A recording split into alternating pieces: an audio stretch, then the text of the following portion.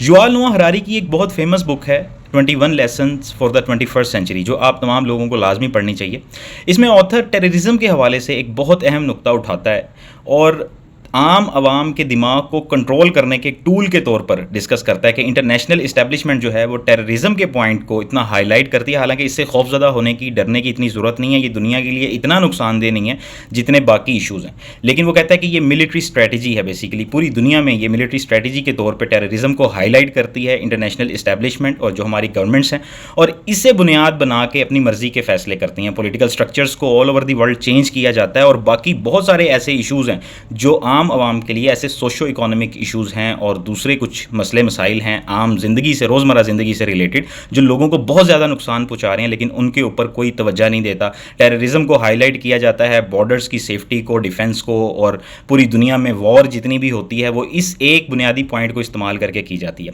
कुछ stats share करते हुए वो बताता है कि 2001 से अगर आप डाटा देखें तो रफली अमेरिका में, यूनाइटेड स्टेट्स में तकरीबन 10 के करीब लोग जो हैं वो दहशतगर्दी का निशाना बने हैं। ज़्यादा भी हो सकते हैं, लेकिन जो हाईलाइट हुए हैं केसेस। उसके अलावा चाइना में तकरीबन 7-8 ऐसी मौतें हुई हैं जो स्पेसिफिकली टेररिज्म के तो एक पॉइंट के तौर पे हाईलाइट की गई। यूरोपीय यूनियन में जो यूरोपियन ममालिक हैं वहाँ पर 50 के करीब लोग पिछले 20-25 सालों में इस टेररिज्म का शिकार हुए हैं, जबकि ऑल ओवर द वर्ल्ड अगर देखा जाए तो 25,000 के करीब लोग हैं जो दुनिया के मुख्तलिफ ममालिक में, जिसमें Afghanistan, Iraq, Pakistan, Nigeria, Syria वगैरह शामिल हैं, यहाँ पे लोग टेररिज्म का निशाना बने हैं। मैं एक बार फिर ये चीज़ दोहराऊंगा कि ऑथर ये कहता है कि डाटा जो है, एक्चुअल जो रियल टाइम डाटा है, वो मुख्तलिफ हो सकता है, ज़्यादा हो सकता है, लेकिन बहरहाल कमोबेश इतनी ही तादाद है जो बहुत ज़्यादा न्यूज़ में भी हाईलाइट की जाती है कि जी दहशतगर्दी के हमलों में जो लोग नुकसान उठाते हैं, पाकिस्तान में तो बहुत ज़्यादा लोग हैं। बहरहाल अगर इसी को कंपैरिजन आप करें इसका दूसरे इश्यूज़ के साथ, तो उसमें एयर पोल्यूशन का इशू बहुत बड़ा इशू है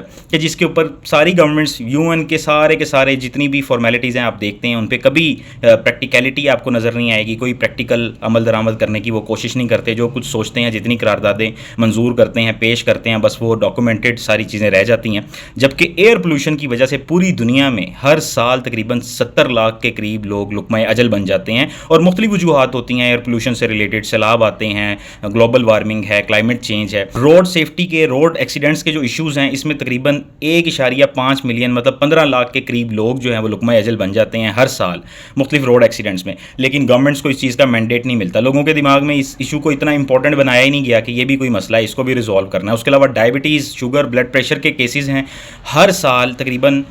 35 लाख के करीब लोग इन इश्यूज़ की वजह से अमेरिका में, पाकिस्तान में, बरतानिया में, हर जगह पर जो एक ग्लोबल डाटा है वो ये बताता है कि 35 लाख से ज़ायद लोग डायबिटीज़ की वजह से, शुगर, ब्लड प्रेशर वगैरह की वजह से जान की बाजी हार जाते हैं। मुख्तलिफ